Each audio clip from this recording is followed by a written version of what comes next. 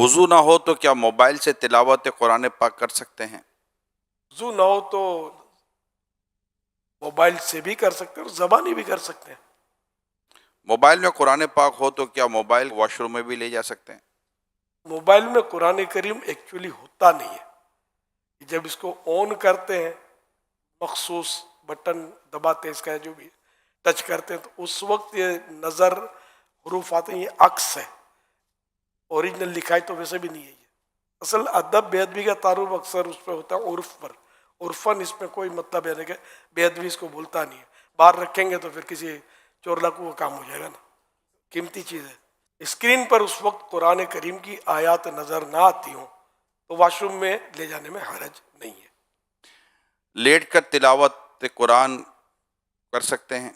پاؤں سمیٹ کر کر سکتے ہیں. بے وضو کیا زبانی تلاوت قرآن کر سکتے ہیں؟ کر سکتے ہیں. کیا قرآن پاک پر کوئی چیز رکھ سکتے ہیں؟ نہیں رکھ سکتے. کپڑے، یعنی یہاں تک کہ اگر قرآن کریم کسی باکس میں ہے اس کے اوپر بھی کپڑا نہیں رکھ سکتے. کسی کے ہاتھ سے اگر قرآن پاک چھوٹ جائے تو کیا کفارہ ہے؟ کوئی کفارہ نہیں ہے، کیونکہ جان بوجھ کر مسلمان ایسا کر نہیں سکتا. نعوذ باللہ کسی نے حقارت کے ساتھ قرآن شریف زمین پر دے مارا وہ تو کافر ہو جائے گا. لیکن یہاں جو زمین ہاتھ سے نکل گیا اور زمین پر آ گیا قرآن کریم، تو مسلمان تو گھبرا جاتا ہے، یہ اب کیا کفارہ ہے پوچھنے نکلتا ہے. کفارہ نہیں ہے کوئی، اس کا گناہ بھی نہیں ہے، کیونکہ یہ خود بیچارہ پریشان ہو گیا، جان بوجھ کر تو اس نے کیا ہی نہیں. اٹھاتے ہیں اور چومتے بھی ہیں اور گھبرا بھی جاتے ہیں اور یہ بالکل. ساری چیزیں ہوتی ہیں. یہ ایمان کی مضبوطی کی علامت ہے اور خوف خدا کی بہت پیاری نشانی ہے. یہ کہ اللہ کا کلام، میرے رب کا کلام، یہ کس سے نیچے آ گیا. کیا گندے کپڑوں میں تلاوت کر سکتے ہیں؟ بچنا چاہیے. ایک شخص کو کتنا قرآن پاک یاد ہونا ضروری ہے؟ جتنا نماز میں فرض ہے پڑھنا اتنا یاد ہونا فرض، جتنا نماز میں پڑھنا واجب ہے اتنا واجب.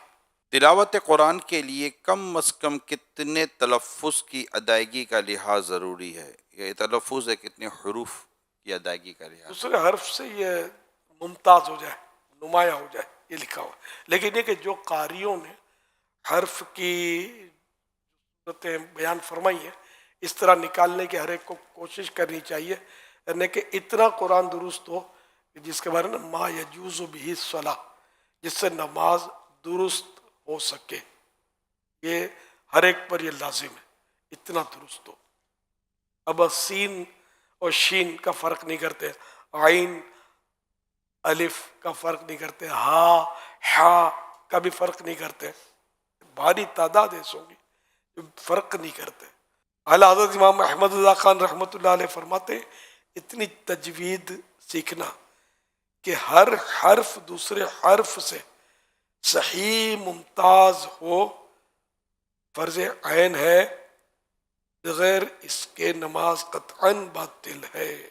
کوئی بزرگ کرسی پر بیٹھے ہیں یا کوئی بھی شخص کرسی پر بیٹھے ہوئے ہیں، کیا زمین پر بیٹھ کر قرآن کریم کی تلاوت کر سکتے ہیں؟ بے ادبی ہے. اگر کوئی قریبی کرسی پر بیٹھا ہوا ہے، کوئی زمین پر بیٹھے تلاوت کر رہا ہے، تو اب اگر کرسی پر بیٹھنے والا بیچارہ اپنی مجبوری سے بیٹھا ہے تو تلاوت کرنے والے کو چاہیے کہ کوئی اور جگہ چلا جائے، ہاں فاصلہ کر لے. مساجد میں اس وقت کرسیوں پر بیٹھنے کی کیونکہ تعداد بڑھ رہی ہے تو لوگ کرسی پر بیٹھ کر، جس کو نیچے بیٹھ کر نماز جو نہیں پڑھتے، جو کرسی پر بیٹھ کر نماز پڑھتے ہیں، تو یہ عموماً قرآن کریم بھی کرسی پر بیٹھ کر ہی پڑھ رہے ہوتے ہیں. تو اب جیسے ایک صف بنی ہوئی ہے تو لوگ جیسے ماہ رمضان میں تلاوت کرنے کا رجحان بڑھ جاتا ہے، تو کیا کرسی پر ایک بیٹھ کر قرآن پڑھ رہا ہو، اس کی مجبوری ہے کہ وہ نیچے نہیں بیٹھ رہا، تو اب اس کے ساتھ کوئی نیچے بیٹھ کر پڑھ رہے گا تو اس کے ساتھ پہ ایک دو کرسی والا بیٹھ کر پڑھ رہے ہوں گے، تو ایک جیسے لائن لگی ہوئی ہے.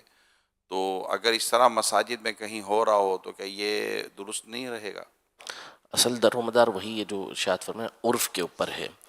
تو بالکل ساتھ وہ بیٹھا ہوا ہے اس کے پاؤں کے پاس، تو اس کو دیکھ کے کوئی بھی تعجب کا کرے گا کہ یہ کیا ہو رہا ہے. تو اگر کچھ فاصلے پہ وہ بیٹھا ہوگا تو پھر اس سے وہ محسوس نہیں ہوگا کہ بے ادبی ہو رہی ہے. تو ایسے مقام پہ کچھ فاصلے پر وہ بیٹھ کر پڑھے.